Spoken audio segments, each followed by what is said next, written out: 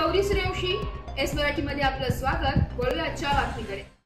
पत्रकारांवर झालेल्या भ्याड हल्ल्याप्रकरणी जिल्ह्यातील सर्व संघटनेने जिल्हाधिकारी जलज शर्मा यांची भेट घेतली आहे।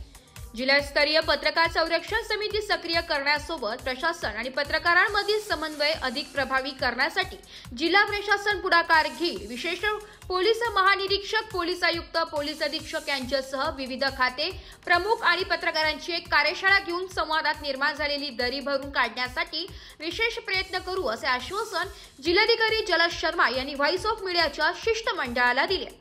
पत्रकारांवर होणारे सततचे हल्ले, खोटे गंभीर गुन्हे दाखल करण्याचे वाढलेले प्रकार यांसह प्रशासन पातळीवरून पत्रकारांना होणारा नाहक जाच थांबविण्यासाठी जिल्हाधिकाऱ्यांनी हस्तक्षेप करावा। कुंभमेळ्याच्या पार्श्वभूमीवर पत्रकारांना सहजपणे वावर करता यावा, तसेच त्र्यंबकेश्वरच्या घटनेतून धडा घेऊन ठिकठिकाणी सुरू असलेल्या प्रवेश कर वसुलीची ठेकेदारी, पार्किंग वाहने उचलण्याचा ठेका आणि टोलवरची दादागिरी थांबवण्याचे तातडीने प्रयत्न व्हावे, तसेच ठेकेदारी क्षेत्रात काम करणाऱ्या गुन्हेगारी प्रवृत्तींना आळा घालावा।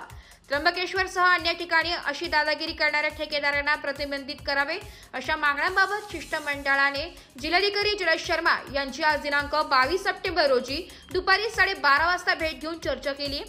जिल्हाधिकारी जलज शर्मा यांनी या सर्व समस्यांबाबत सकारात्मकता दाखवून या मागण्या सोडवण्याबाबत ठोस आश्वासने दिली। वृत्तसंकलन विभाग, एस मराठी न्यूज, नाशिक।